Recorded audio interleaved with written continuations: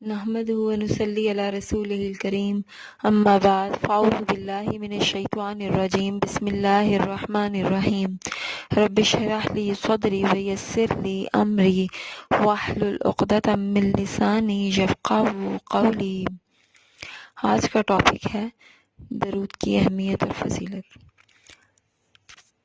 سورہ الاحزاب کی آیت نمبر 56 میں اللہ تعالیٰ فرماتے ہیں، بے شک اللہ اور اس کے فرشتے نبی صلی اللہ علیہ وسلم پر درود اور صلات بھیجتے ہیں، تو اے ایمان والو تم بھی ان پر صلات اور سلام بھیجو اور خوب سلام بھیجنا۔ حضرت محمد صلی اللہ علیہ وآلہ وسلم نے اللہ کا پیغام ہم تک پہنچایا، انہوں نے دین کی خدمت کی، ہم تک بہت قربانیاں کے ساتھ دین پہنچایا، تو بدلے میں ہمیں ان کو دعا دینی چاہیے۔ اللہ تعالیٰ بھی ان پر درود و سلام پڑھتے ہیں، فرشتے بھی بھیجتے ہیں اور ہمیں بھی بھیجنا چاہیے۔ اب اللہ تعالیٰ جو نبی صلی اللہ علیہ وسلم پر درود و سلام بھیجتے ہیں، اس کا کیا مطلب ہے کہ وہ فرشتوں کے پاس نبی صلی اللہ علیہ وسلم پر تعریفی کلمات بھیجتے ہیں، اور فرشتے نبی صلی اللہ علیہ وسلم پر درود و سلام بھیجتے ہیں، اور آپ صلی اللہ علیہ وآلہ وسلم کے لیے دعائیں کرتے ہیں۔ اس آیت کی تفسیر میں قرطبی فرماتے ہیں کہ اس آیت کے ذریعے اللہ تعالیٰ نے اپنے رسول صلی اللہ علیہ وآلہ وسلم کو زندگی اور وفات کے بعد آپ صلی اللہ علیہ وسلم کو شرف اور مرتبہ بخشا، اور اپنے نزدیک آپ صلی اللہ علیہ وآلہ وسلم کے مقام کو بیان فرمایا ہے۔ نبی صلی اللہ علیہ وآلہ وسلم کو اللہ تعالیٰ نے رحمت العالمین بنا کر بھیجا، ان کا بہت بڑا مقام ہے، اور صلات کے معنی دو نکلتے ہیں، ایک اچھی تعریف اور ایک نماز۔ اب جس نماز میں درود نہیں پڑھا جاتا وہ نماز بھی ناقص ہوتی ہے، مکمل نہیں ہوتی۔ اللہ تعالیٰ کے صلات بھیجنے سے مراد یہ ہے کہ اللہ تعالیٰ نبی صلی اللہ علیہ وآلہ وسلم سے راضی ہے، اور فرشتوں کے بھیجنے سے کیا مراد ہے کہ آپ صلی اللہ علیہ وسلم کے لیے دعائیں مانگتے ہیں، اور یہ بھی ممکن ہے کہ اللہ کے ساتھ مل کر نبی صلی اللہ علیہ وآلہ وسلم کی تعریف کرتے ہیں۔ اسی طرح ابو عالیہ فرماتے ہیں کہ معزز فرشتوں کا صلات یا سلام بھیجنا ان کا دعا کرنا ہے، اور ایک اور قول کے مطابق برکت کی دعا کرتے ہیں، اللہ کی طرف سے رحمت، فرشتوں کی طرف سے استغفار کرنا ہے، یعنی کہ اللہ تعالیٰ جو درود اور بھیجتے ہیں نبی صلی اللہ علیہ وسلم پر، وہ کیا ہے کہ اللہ تعالیٰ نبی صلی اللہ علیہ وسلم پر رحمتیں نازل فرماتے ہیں، اور فرشتے جب درود پڑھتے ہیں تو اس کا کیا مطلب ہے کہ نبی صلی اللہ علیہ وسلم کے لیے استغفار کرتے ہیں۔ اور امت کو بھی حکم دیا گیا، جب امت درود بھیجتی ہے تو اس کا کیا مطلب ہے کہ امت دعا کرتی ہے نبی صلی اللہ علیہ وسلم کے حق میں کہ اللہ تعالیٰ حضرت محمد صلی اللہ علیہ وسلم کو تمام جہانوں پر سلامتی دے۔ اب درود کس وقت پڑھنا چاہیے؟ درود ہر وقت پڑھنا جائز ہے، نماز میں بھی شامل ہے، اذان کے بعد بھی، اور نبی صلی اللہ علیہ وسلم کا نام سنتے ہی درود پڑھنا چاہیے، اور وہ مجالس حسرتوں کا باعث ہوں گی روز قیامت جس پر اللہ کا نام اور نبی صلی اللہ علیہ وسلم پر درود نہ بھیجا گیا ہو۔ دعا سے پہلے بھی درود پڑھنا چاہیے۔ جو لوگ، حدیث میں آتا ہے کہ جو لوگ کسی جگہ پر مجلس کریں اور نہ ہی اس مسجد میں اللہ کا ذکر کریں اور نہ نبی صلی اللہ علیہ وسلم پر درود بھیجیں تو وہ ان کے لیے نقصان کا باعث ہوگی، یعنی وہ مجلس نقصان کا باعث ہوگی۔ پھر اگر اللہ چاہے تو انہیں عذاب دے اور چاہے تو ان کو بخش دے۔ اسی طرح ایک اور حدیث میں آتا ہے، جو لوگ کسی مجلس میں بیٹھتے ہیں اور اس میں اللہ کا ذکر نہیں کرتے اور نہ درود پڑھتے ہیں تو یہ مجلس قیامت کے روز حسرت کا باعث ہوگی، اگرچہ وہ لوگ اپنے اعمال کی وجہ سے جنت ہی میں کیوں نہ چلے جائیں۔ یہ جو ہر لیکچر سے پہلے نحمدہ ونصلی علیہ پڑھا جاتا ہے، یہ اسی مقصد کے لیے پڑھا جاتا ہے کہ ہم اللہ کی تعریف کرتے ہیں اور نبی صلی اللہ علیہ وسلم کے اوپر درود بھیجتے ہیں۔ یہ اس کا شارٹ ورژن ہے۔ اذان کے بعد بھی درود پڑھنا چاہیے۔ حدیث میں آتا ہے جب تم مؤذن کو سنو تو ویسے ہی کہو جیسے وہ کہتا ہے، پھر درود پڑھو، پھر کیونکہ جو ایک مرتبہ درود پڑھے گا اللہ تعالیٰ اس پر 10 مرتبہ رحمت نازل فرمائے گا۔ جمعے کے دن اور رات کو بھی درود پڑھنا چاہیے۔ قنوت نازلہ سے پہلے نبی صلی اللہ علیہ وسلم کا نام لکھتے ہوئے پڑھتے ہوئے درود پڑھنا چاہیے اور پورا درود لکھنا چاہیے۔ اسی طرح امام ابن قیم رحمۃ اللہ علیہ فرماتے ہیں، رسول اللہ صلی اللہ علیہ وآلہ وسلم پر اللہ کا صلات بھیجنا کیا ہے؟ اس سے مراد یہ ہے کہ آپ صلی اللہ علیہ وسلم کی تعریف ہے اور اللہ تعالیٰ آپ صلی اللہ علیہ وسلم کی دیکھ بھال کرتے ہیں، آپ صلی اللہ علیہ وسلم کے شرف فضیلت کو ظاہر کرتا ہے۔ ہم دعا کرتے ہیں کہ اللہ تعالیٰ ہمارے نبی کی اور تعریف کرے، یعنی کہ جب اللہ تعالیٰ تعریف کرتے ہیں، درود بھیجتے ہیں، تو کیا ہے کہ اللہ تعالیٰ نبی صلی اللہ علیہ وسلم کی تعریف کر رہے ہیں اور ان کی دیکھ بھال کر رہے ہیں۔ اور جب امت درود بھیجتی ہے تو اس کا کیا مطلب ہے کہ اللہ تعالیٰ آپ ہمارے نبی صلی اللہ علیہ وسلم کی اور زیادہ تعریف کریں، یعنی ان پہ مزید درود و سلام بھیجیں۔ اسی طرح جیسے جیسے وقت گزرتا جا رہا ہے نبی صلی اللہ علیہ وسلم پر پھر اللہ تعالیٰ بھی، فرشتے بھی اور امت بھی درود بھیج رہی ہے، تو گزرتے دنوں کے ساتھ ساتھ حضرت محمد صلی اللہ علیہ وآلہ وسلم کے شرف اور فضیلت میں اضافہ ہی ہوتا چلا جا رہا ہے۔ سورہ الاحزاب کی آیت نمبر 43 میں آتا ہے، وہی ہے جو تم پر صلات بھیجتا ہے اور اس کے فرشتے، تاکہ وہ تمہیں اندھیروں سے روشنی کی طرف نکال لائیں، اور وہ ایمان والوں پر ہمیشہ سے نہایت مہربان ہے۔ اب درود پڑھنے سے بیماریوں میں شفا بھی ہوتی ہے۔ اب ایک شیخ صالح تھے، 2012 میں ان کا آپریشن ہوا تھا۔ ایک دفعہ ان کا آپریشن ہوا، سرجری، تو جب ان کو ہوش آیا ایک دن بعد، تو ڈاکٹرز نے ان کو دیکھا تو ان کے دل کے اوپر خون جمع ہوا تھا۔ تو ان کے وہ شیخ صالح فرماتے ہیں کہ میں نے ڈاکٹروں کا جب چہرہ دیکھا تو مجھے اندازہ ہو گیا کہ کوئی بات اچھی نہیں ہے، مطلب میری کنڈیشن اچھی نہیں ہے۔ تو ڈاکٹرز نے پھر بتایا کہ آپریشن کے دوران آپ کے دل کے اوپر خون جم گیا، خون کے کچھ کلاٹس جم گیا، ہمیں دوبارہ آپریشن کرنا پڑے گا۔ تو شیخ صالح کہتے ہیں میں گھبرا گیا اور میں نے کہا شاید جانے کا وقت آ گیا، میں نے شہادہ پڑھنا شروع کر دی اور جو آتا تھا۔ تو وہ کافی مشہور شخصیت ہیں، تو وہاں پر جب ان کو دوبارہ لے کے جانے لگے آپریشن تھیٹر میں، تو ایک لبنانی نرس نے پوچھا کیا ہوا، تو جب اس کو بتایا گیا تو انہوں نے پھر اس کو کہا، شیخ صالح کو، کہ آپ درود پڑھیں، درود پڑھنے سے بیماریاں آسان ہوتی ہیں۔ انہوں نے درود پڑھا، ابھی آپریشن تھیٹر میں لے کے جا رہے تھے، وہاں پر اوزار وغیرہ اٹھائے جا رہے تھے ڈاکٹرز کے ہاتھوں، تو انہوں نے ایک دم اپنے اوزار سائڈ پہ رکھے اور ڈاکٹرز حیران رہ گئے۔ انہوں نے پوچھا کیا ہوا، تو انہوں نے بتایا کہ آپ کے دل پہ جو خون جمع تھا وہ اچانک اپنے آپ میلٹ ہونا شروع ہو گیا اور آپ کا دل صاف ہو گیا، اب دوبارہ آپ کو آپریشن کی ضرورت نہیں رہی۔ اب درود پڑھنے کے فوائد بھی ہیں کچھ۔ اب درود پڑھنے کے جو فوائد ہیں ہم ان کے اوپر روشنی ڈالتے ہیں۔ حضرت محمد صلی اللہ علیہ وآلہ وسلم نے فرمایا، ایک فرشتہ میرے پاس اللہ کی طرف سے آیا اور آ کے 3 انعامات کا ذکر کیا۔ اے اللہ کے پیارے محبوب صلی اللہ علیہ وآلہ وسلم، آپ صلی اللہ علیہ وآلہ وسلم کی امت میں سے جو ایک مرتبہ آپ صلی اللہ علیہ وآلہ وسلم پر درود بھیجے گا، اللہ رب العزت اسے 3 انعامات سے نوازیں گے۔ نمبر 1، اس کی 10 نیکیاں اس کے حق میں لکھی جائیں گی۔ نمبر 2، اس کے 10 گناہ معاف ہو جائیں گے۔ نمبر 3، اس کے 10 درجات بلند ہو جائیں گے۔ اب ایک دفعہ درود پڑھنے کے کتنے فائدے ہیں؟ 10 نیکیاں مل گئیں، 10 گناہ معاف ہو گئے اور 10 درجات میں اضافہ ہو گیا۔ اسی طرح اللہ تعالیٰ 10 مرتبہ اس بندے پر اپنی رحمت کا نزول فرماتے ہیں جو آپ صلی اللہ علیہ وسلم پر درود بھیجتا ہے۔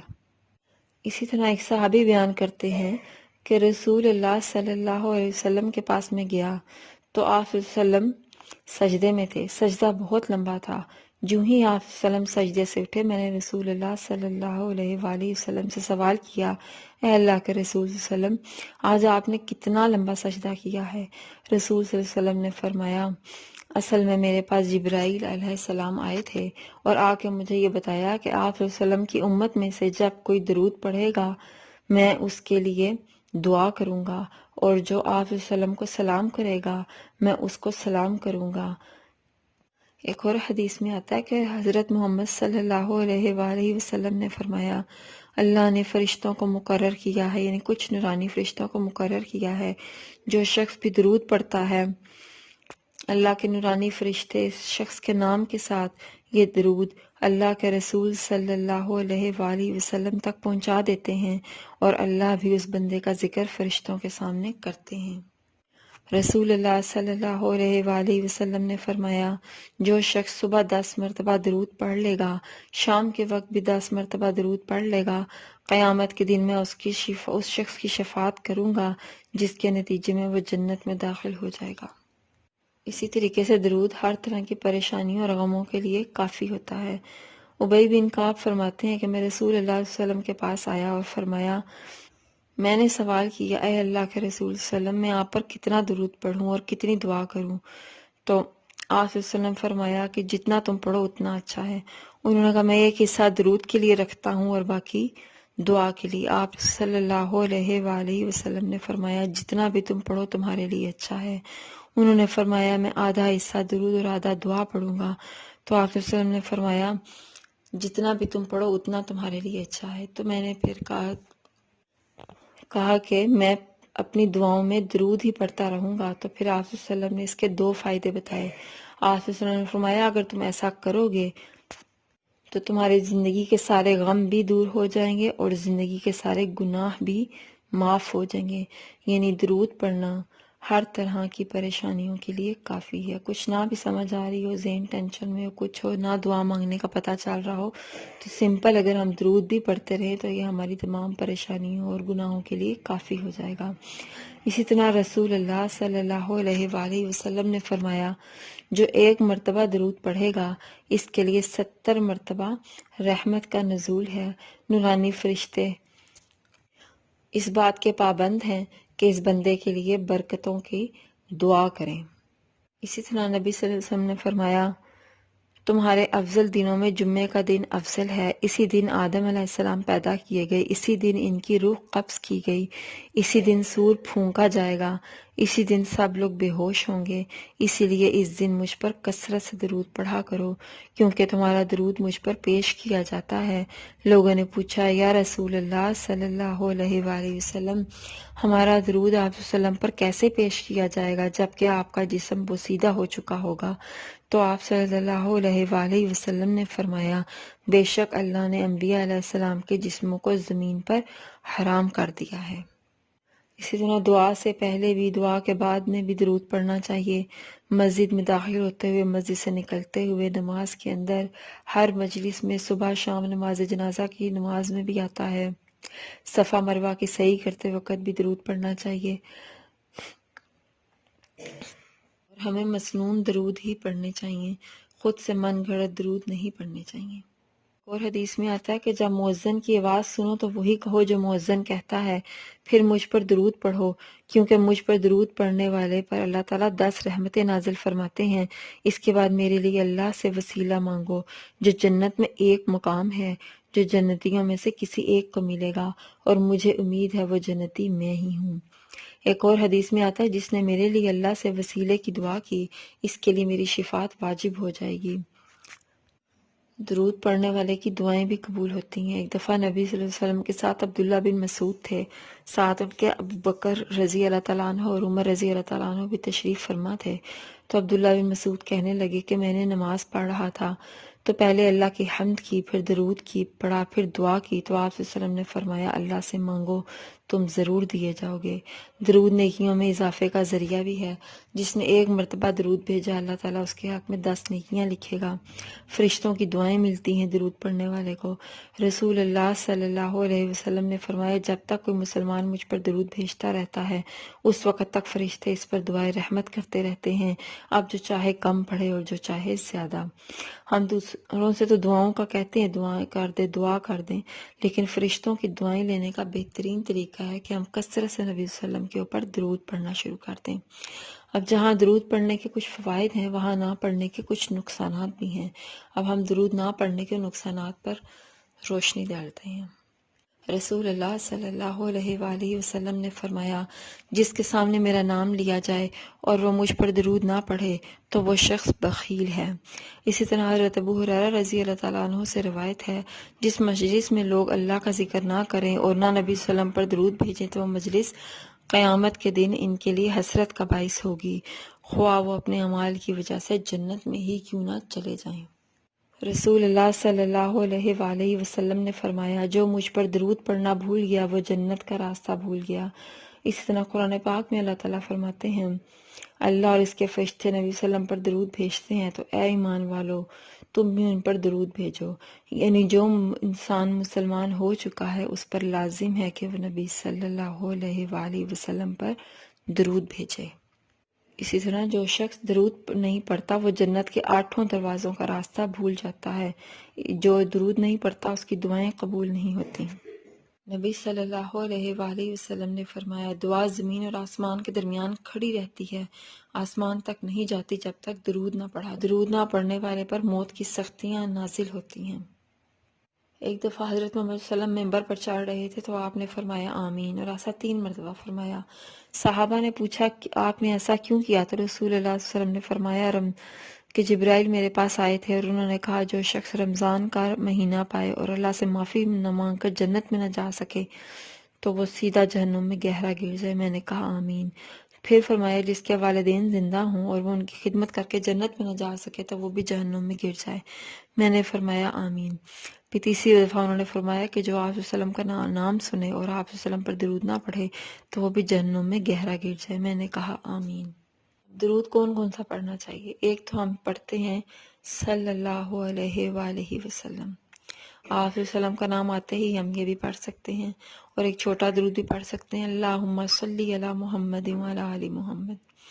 پھر ایک درود ابراہیمی ہے جو نماز میں ادا کیا جاتا ہے، وہ پڑھ سکتے ہیں، اور ایک اور درود ہے اللہم صلی علی محمد النبی الامی کما صلیت علی ابراہیم وآل ابراہیم وبارک علی محمد النبی الامی کما بارکت علی ابراہیم وعلی آل ابراہیم فی العالمین انک حمید مجید۔ اس طریقے سے ایک اور ہے اللہم صلی علی محمد وعلی آل محمد وعلی ازواجہ وذرریاتہ کما صلیت علی ابراہیم وعلی آل ابراہیم وبارک علی محمد وعلی ازواجہ وذرریاتہ کما بارکت علی ابراہیم وعلی آل ابراہیم انک حمید مجید۔ اور اس کے علاوہ ایک اور ہے اللہم صلی علی محمد وعلی اہل بیتہ وعلی ازواجہ وذرریاتہ کما صلیت علی ابراہیم وعلی آل ابراہیم وبارک علی محمد وعلی اہل بیتہ وازواجہ وذرریاتہ کما بارکت علی ابراہیم وعلی آل ابراہیم انک حمید مجید۔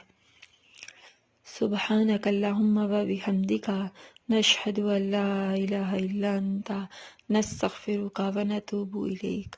والسلام علیکم ورحمۃ اللہ وبرکاتہ۔